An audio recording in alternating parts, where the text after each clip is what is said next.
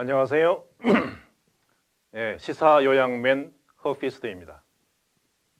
오늘은 핀란드에서 찾은 한국의 미래라는 제목으로 여러분께 말씀드리겠습니다. 이 책은 강충영 선생님의 원저인데 제가 핵심적인 부분만 요약해서 앞으로 몇 회 나누어서 설명을 드리겠습니다. 자, 우선 우리가 교육과 복지, 정치에 대해서 생각해 보겠습니다. 요즘 우리나라의 큰 이슈가 교육계에서 나오고 있습니다. 쌍둥이의 학교에서의 성적 비리 문제, 또 사립유치원의 문제, 그 외에도 산적한 교육 문제가 있습니다. 이러한 교육 문제를 해결을 할 때 어떻게 해야 될까요? 교육의 문제는 교육계 내부에서만 해결되지가 않습니다. 교육의 문제는 복지와 정책과 밀접하게 연관이 돼 있죠. 그래서 교육의 문제를 해결하려면은 정치와 언론을 통해서 또한 복지를 잘 갖추어 놔야 교육도 제대로 되는 것입니다. 우리는 이러한 사례, 잘된 사례를 핀란드를 통해서 알아보겠습니다. 그러면 우선 핀란드가 어떤 나라인지 한번 보겠습니다. 핀란드는 춥고 배고픈 유럽의 북쪽에 있는 조그마한 나라입니다. 옆 나라 스웨덴으로부터 650년이나 식민지 지배를 받았습니다. 또 그 직후에 러시아로부터 108년이나 또 식민지 지배를 당했죠. 러시아로부터 독립한 이후에는 4개월간 내전을 거쳤습니다. 우리나라 3년보다는 짧습니다만 치열한 내전을 거쳤죠. 이러한 내전을 통해서 핀란드의 영웅이 생기기도 했습니다.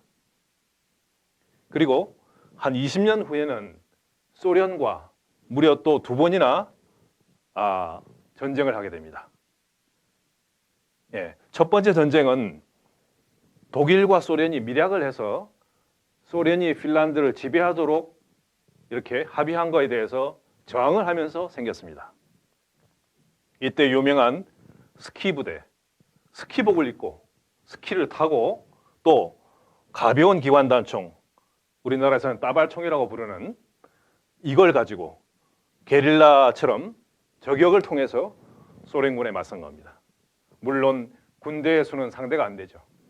그러나 이러한 창의적인 방법, 또 치열한 애국심으로 또 영웅의 지휘하에 싸움으로써 비록 소련에 이기지는 못했지만 만만치 않다는 걸 보여줌으로써 협상으로 이끌었습니다.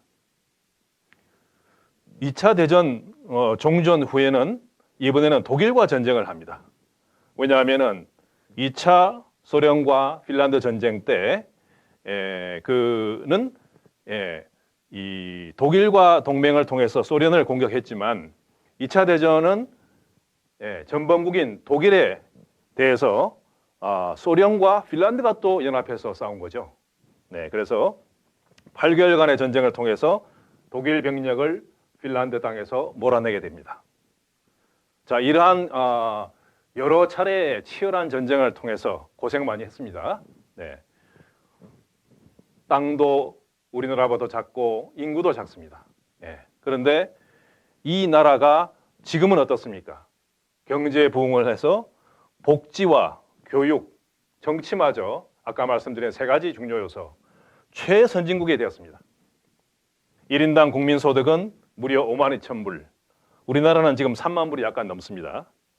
그 다음에 피사가 측정한 교육 경쟁력은 한국과 핀란드가 항상 1, 2위를 다투고 있습니다. 자, 보시다시피 핀란드, 지배했던 스웨덴, 그 오른쪽에 러시아가 있죠.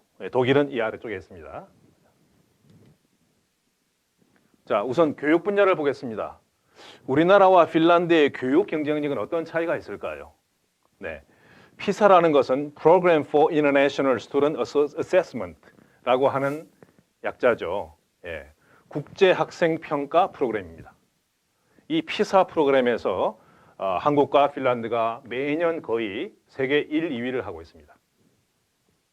자, 그런데 국제적으로 교육 전문가들이 평가할 때는 핀란드의 교육은 relaxed and flexible, 그죠? 편안하고 융통성이 많다. 예, 그리고 이해와 적용을 중시한다 하는 겁니다. 그런데 한국은 test driven, 시험 위주라는 거죠. 예, 그리고 rigid curriculum, 딱딱한 융통성이 없는 커리큘럼. 예, 그리고 rote, 구태의연하다, 획일적이다 하는 겁니다. 이런 거를 반복하는 이러한 좀 네거티브한 측면을 지적을 했습니다. 자, 그런데 반면에 양국이 공통점은 뭘까요? 교육에서 교사의 자질이 우수하다는 겁니다. 네, 우리나라도 교사들 상당히 좋은 대우를 해주고 있고 다들 교사가 선망의 직업이죠. 핀란드는 최소한 석사 이상, 그 다음에 상당한 훈련을 거친 훌륭한 자질의 사람들만을 교사로 채용을 하고 또 상당히 우리나라보다 훨씬 좋은 대우를 해줍니다. 그리고 무엇보다 사회적으로 존경을 받죠. 교사가 성적을 조작한다든지 또는 학생을 굿한다든지 모욕한다든지 미투 이런 거는 생각할 수가 없습니다. 핀란드에서는. 자, 그래서 무엇보다 결정적인 차이는 우리나라는 학생 개인의 단순한 암기와 성적 지향적이다. 그죠? 잘하지 않습니까? 그런데 핀란드는 협업을 통해서 그룹 단위로 디스커션 하면서 창의적인 발상을 연구하고 교육하는 그러한 위주다 하는 것입니다. 여기에서 엄청난 차이가 발생하고 있습니다. 자, 그래서 인구가 550만 밖에 안 되는 작은 나라 핀란드. 예. 우리나라하고 똑같죠? 내수 경제가 한계가 있습니다. 우리나라는 인구가 10배 정도 되지만 그래도 여전히 내수가 한계가 있죠. 그래서 70년대부터 수출 위주로 우리가 경제를 갖고 왔습니다. 또 핀란드도 한국처럼 선진국을 따라하는 추격형 발전을 추구했습니다. 예. 그러나 한국처럼 추격형 모델은 한계가 있죠. 뭡니까? 따라가지만은 추월은 못한다는 거죠. 앞서가지는 못합니다. 따라는 잘 갑니다. 그리고 해외 경기에 영향을 많이 받죠. 네, 뭐 잘 아실 겁니다. 그래서 핀란드가 위기를 겪었는데 80년대까지는 핀란드가 소련의 원자재를 임가공하고 그래서 서유럽에 판매했습니다. 또 서유럽 제품은 소련에 중개 수출해서 많은 이득을 보고 경제가 좋았죠. 예, 그러나 1990년대 소련이 붕괴하고 또 독일이 통일하니까 그리고 또 신자유주의가 몰려오고 부동산 거품도 붕괴했습니다. 이러한 사태로 핀란드는 경제 위기를 맞게 됩니다. 자, 그럼 핀란드는 어떻게 해서 이러한 위기를 국가적인 위기를 극복하게 됐을까요? 우리는 NIS, 핀란드 국가혁신 시스템, National Innovation System이겠죠? 에 주목하게 됩니다. 이 시스템은 세계 최초로 국가 자체를 혁신한 그러한 시스템입니다. 그리고 이 시스템은, 이 개혁은 교육 분야에서 시작이 됐습니다. 아까 말씀드린 세 가지 분야, 교육, 복지, 정치. 이 중에서 핀란드 사람들은 교육으로부터 개혁을 시작한 것입니다. 그래서 창의력이 뛰어난 인재 육성하는 것이 가장 시급하다. 네, 이걸 최우선 중점을 뒀죠. 그래서 협동과 팀워크를 강화하고 우리나라처럼 뭐 무한 경쟁하면 협동이 될 수가 없겠죠. 팀워크 안 되겠죠. 그래서 협동과 팀워크 또 초중등 학교만 아니라 대학까지 모두 혁신형으로 전환하게 됩니다. 우리나라는 지금 뭐 혁신형 조금 하다가 지금 여러 가지 부작용이 있다고 지금 뭐 다시 또 뭐 없애자 이런 여러 가지 혼란이 있죠. 그러나 핀란드는 대학까지도 전부 혁신형으로 전환했습니다. 그리고 300개 직업유관기관과 전문대를 29개 4년제 폴리테크닉스로 통폐합했습니다. 그리고 산학년 간의 교류를 강화했죠. 우리나라도 산학년 교류한다고 하지만 제대로 안 되는 경우도 많잖아요. 네. 그래서 특이한 거는 핀란드는요, 폴리테크닉스에 여성들의 참여를 법으로 의무화했습니다. 왜냐고요? 여성들 중에도 훌륭한 인재들이 많잖아요. 그래서 그냥 자연스럽게 자유 경쟁으로 하면은 그러한 인적 자원을 활용하지 못하기 때문에 의무화했습니다. 그래서 쿼터를 준 거죠. 이런 것이 독특한 시스템입니다. 또 핀란드는 중앙 정부가 큰 그림을 그리면 지자체와 산학년이 구체적으로 혁신 디자인을 만들고 실행을 했습니다. 그래서 핀란드 혁신의 세 가지 특징은 첫째, 실험이나 위험, 실패를 과감하게 감수한다. 이 우리나라 잘 안 되잖아요. 한 번 실패하면 뭐 망했다 그러고 그냥 말이죠. 다 알려지고 본인도 너무나 다운되고 이렇게 해서 재도전을 잘 못합니다. 그러나 핀란드는 이러한 실험, 위험, 실패를 과감하게 감수하는 문화를 만든 거죠. 이러한 점은 미국의 실리콘밸리도 마찬가지 아닙니까? 네. 그리고 우리나라 요즘 중시하는 일자리 창출 방향으로 기획을 한다. 뭘 하든 간에 이게 일자리가 창출이 되겠는가 하는 것을 생각한다는 거죠. 그리고 한 분야 혁신이 다른 분야로도 파급되도록 한다. 그 분야 끝나는 게 아니라 다른 분야로도 연결될 수 있도록 한다. 예, 그리고 이렇게 함으로써 이제 투자가 주도하고, 즉 돈을 부어서 막 하고 또 남의 선진국을 따라서 하는 추격형에서 이제는 혁신 주도형, 혁신, 이노베이션, 그 다음에 지식 기반형, knowledge based죠, 그죠? 지식에 기반한 이러한 경제로 핀란드는 성공적으로 전환하게 된 것입니다. 이 결과 노키아의 전성시대가 온 거죠.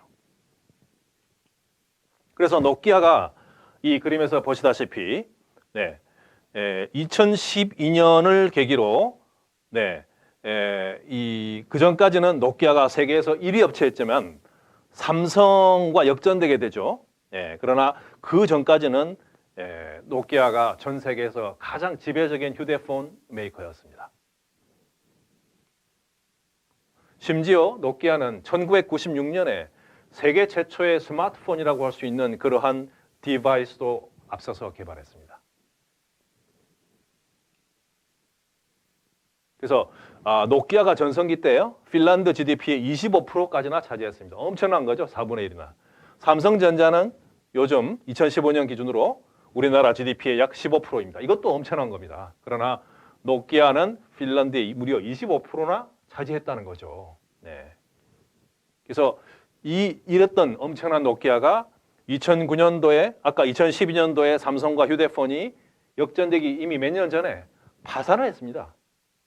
세계적인 흐름에서 이제는 왜냐하면 최초의 스마트폰 아이디어는 냈지만 그걸 시장에 완전히 그 보급은 못하고 전통적인 스타일의 휴대폰만 집착하다 보니까 안 된 거죠. 그래서 파산을 합니다. 그래서 파산 때 GDP가 이 때문에 마이너스 8.3%나 하강하게 됩니다. 그런데 핀란드가 말이죠, 이렇게 파산한 지 3년 만에 회복을 했습니다. 너무나 빠른 시간 내에. 왜 그랬을까요? 아까 말씀드린 바로 그러한 교육과 나중에 말씀드릴 복지, 이런 부분도 과감하게 빠른 속도로 혁신했기 때문입니다. 그래서 우리가 슈퍼셀이라고 하는 그 모바일 게임이죠. 이 슈퍼셀이라고 하는 이러한 최고로 훌륭한 그러한 벤처 기업들을 만든 사람들이 누구냐? 노키아에서 나간 사람들입니다. 노키아의 기술자들. 그 외에도 많은 잘 나가는 벤처를 만들었죠. 노키아에서 나온 사람들이.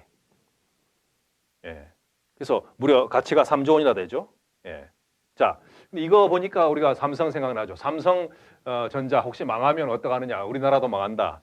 뭐 우리나라가 15%, 한국 GDP의 15% 차지하지만, 그러나 우리가 이러한 전례를 볼 때 우리나라도 혁신을 열심히 하고 또 환경을 잘 갖춰준다면 삼성전자가 어찌 되더라도 거기서 나온 많은 훌륭한 인재들이 또 벤처나 중소기업가에 가서 잘 될지도 모릅니다.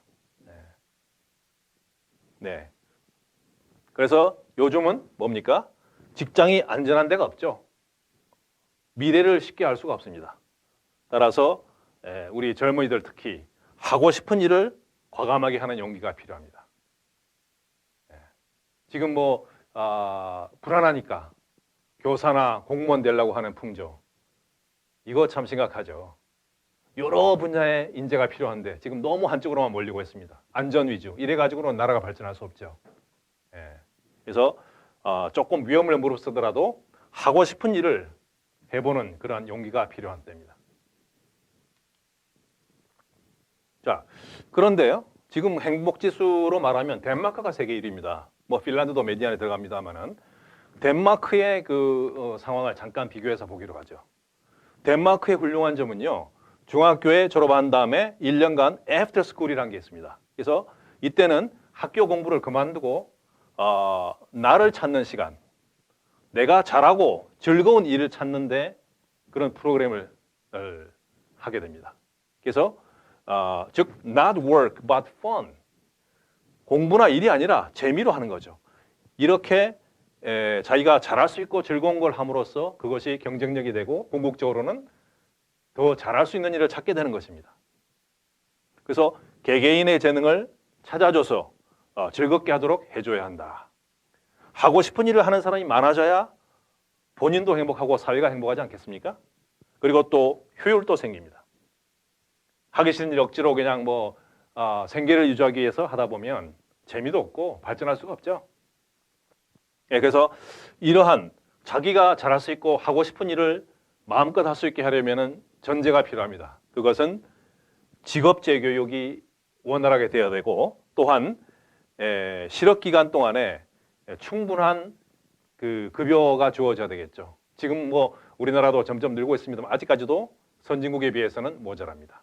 또 추가적으로 기본소득 같은 것이 주어진다면 즉 나이나 직업이나 어떠한 자기의 조건에 관계없이 기본소득을 국가에서 재정을 확보해 줄 수 있다면 생계에 너무 초조해하지 않고 자신이 하고 싶은 일을 준비하고 할 수가 있겠죠. 이러한 덴마크에서 우리가 생각해 볼 수 있는 점들입니다. 자, 그래서 우리나라로 다시 돌아옵니다. 한국이 지금 OECD 멤버 국가 중에서 조세 재정 소득 재분배 효과, 재분배하는 효과가 꼴찌 수준입니다. 예. 그래서 우리나라의 소득 재분배 효과가 낮은 이유가 뭐냐? 이 사회복지 지출을 너무 적게 하기 때문이죠. OECD 평균이 21.1%인데 우리나라는 절반 정도, 10.4%밖에 안 됩니다. 그런데 모 언론과 또 모 정치그룹에서는 우리나라가 벌써 복지가 과다한 양, 퍼주기다, 가난한 사람들 게을르게 만드는 정책이다 이렇게 얘기를 하고 있죠. 이건 호도하는 것입니다. 사실은요, 우리나라가 사회복지 지출액이 너무 적어서 사람들이 불안하고 자기가 하고 싶은 일을 마음껏 못하는 겁니다. 이게 진실이죠. 그래서 노후소득 보장의 척도인 공적연금의 소득 대체율이 우리나라는 39.3%인데 OECD 평균은 60%가 다 돼갑니다. 차이가 많이 나죠. 네, 그래서 지금 우리나라 정부에서 또 이 국민연금 이런 문제 개혁을 준비하는 것 같은데 이거 정말 잘해야 되겠죠. 어쨌든 국민 입장에서는 충분히 이러한 것이 사회복지의 수준이 올라와야 앞으로 자신의 소득이나 일에 대해서 불안하지 않고 하고 싶은 일에 연구하고 몰두할 수 있는 분위기가 된다는 것입니다. 그렇게 해서 성공한 나라들이 바로 북유럽입니다. 대표적인 나라가 핀란드죠. 덴마크고요. 자, 그러면 우리나라 경제를 활성화하는 방법이 뭘까요? 오늘 제가 말씀드린 거에서 한번 연관시켜 생각해 보겠습니다. 물론 이거는 종합적인데요. 이건 제 생각입니다. 자, 우선 중견기업, 중소기업, 골목 상권에 활기를 줘야 한다. 우리나라 지금 70년대부터 지금까지 재벌 대기업이 경제를 주도해 오고 있습니다만 그러나 고용 면에서는 90% 이상이 중소기업들이 담당하고 있습니다. 따라서 중소기업들이 활성화되지 못하면 우리 고용 문제 영원히 해결 안 되는 거죠. 더군다나 4차 산업혁명이다 해서 점점 자동화되고 인공지능이 어쩌고 하면 사람들 일자리 줄어드는데 어떻게 할 겁니까? 따라서 중견기업, 중기, 중소기업, 골목 상권이 유지되고 오히려 더 활기가 주어져야 한다. 그러기 위해서는 어떻게 하면 되겠습니까? 제 생각할 때는 외국 자본도 잘 유치해서 중견기업, 중소기업이 투자할 수 있도록 국가가 적극적으로 프로그램을 마련해야 됩니다. 예, 또 지역화폐를 이용해서 이 각 우리 지방에서 그 지역화폐는 그 지방의 중소기업과 골목 상권에서만 쓸 수 있도록 하는 거. 지금 최근에 성남시와 경기도는 잘하고 있지 않습니까? 잘 되는 거는 벤치마킹해서 써야 됩니다. 네, 그다음 두 번째 분야 역시 대기업이죠. 대기업은 지금 뭐 굉장히 뭐 비즈니스는 잘하고 있습니다만은 그 부정적인 측면, 네거티브 포인트가 있지 않습니까? 그게 뭡니까? 약탈적인 횡포, 이걸 억제해야 됩니다. 지금 그 여러분 지금 당장 벌어지고 있는 삼바, 삼성바이오로직스, 이거 뭐 막 그야말로 우리나라 경제적 모든 걸 종합한 거 아닙니까? 분식 회계, 사기죠. 회계를 사기친 겁니다. 예, 주가 조작, 세금 탈루, 뭐 이거 뭐 그다음에 뭐 정경유착, 이게 결국 뭐 이런 식으로 해가지고는 경제가 제대로 될 수가 없죠. 그래서 또 하청기업 납품원가, 그죠? 이거 계속 올려주기는 그냥 낮추고 있습니다. 그러다 보니 살 수가 없어요, 중소기업들이. 또 프랜차이즈 본사가 수익을 독점하는 문제. 그러지 않아도 너무 많은데, 그죠? 본사가 너무 많이 가져가지 않습니까? 이런 문제 지금 개선 법률이 국회에 상정돼 있는데 통과되지가 않습니다. 네. 중소기업이 기술을 개발해도 대기업과 재벌이 교묘하게 약탈을 합니다. 이런 문제 무지무지하게 많습니다. 이거 개선해야 되겠죠? 또 뇌물 주고 정경, 권경 유착해서 독과점 하는 거, 문어발, 또 탈세, 배임 횡령, 이런 거.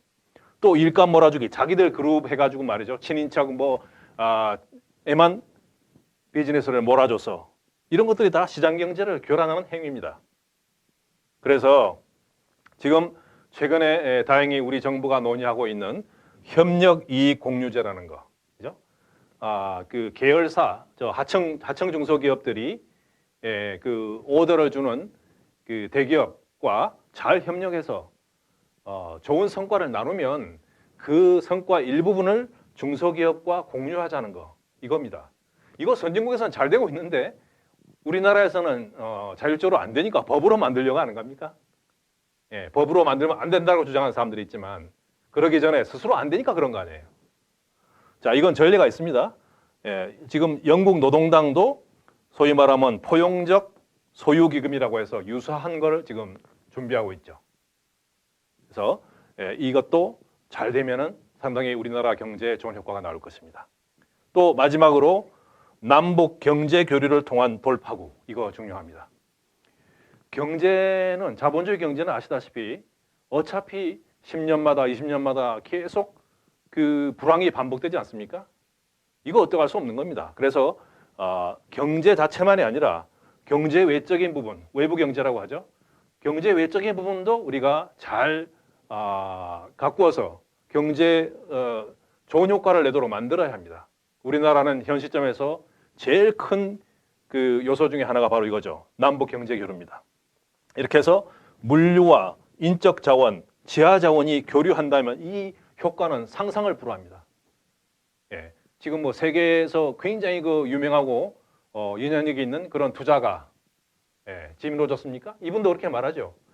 이 남북 경제 교류가 되면은 한반도는 세계에서 가장 역동적인 경제가 되고 한반도의 경제력은 세계 3, 4위까지도 갈 수 있다. 지금 12위 그렇죠, 그죠? 네. 이게 그냥 헛소리가 아닙니다. 가능한 얘기입니다. 네, 그래서 이러한 거 이렇게 해서 우리가 경제를 활성화하기 위해서 이거는 어떻게 보면 조금 뭐 경제 분야에 관한 것이고 이건 조금 그 남북 간의 문제가 되겠습니다. 그러나 다음 시간부터 제가 또 말씀드릴 부분은 복지와 교육에서 잘하면은 결과적으로 경제에도 좋다는 거. 경제 자체만 가지고 해결하기 어렵습니다. 교육, 복지 이런 분야를 잘 개혁하면은 결과적으로 경제도 잘 된다 하는 그런 얘기를 다음 주에 이어서 계속 해드리겠습니다. 오늘은 여기까지 하겠습니다. 감사합니다.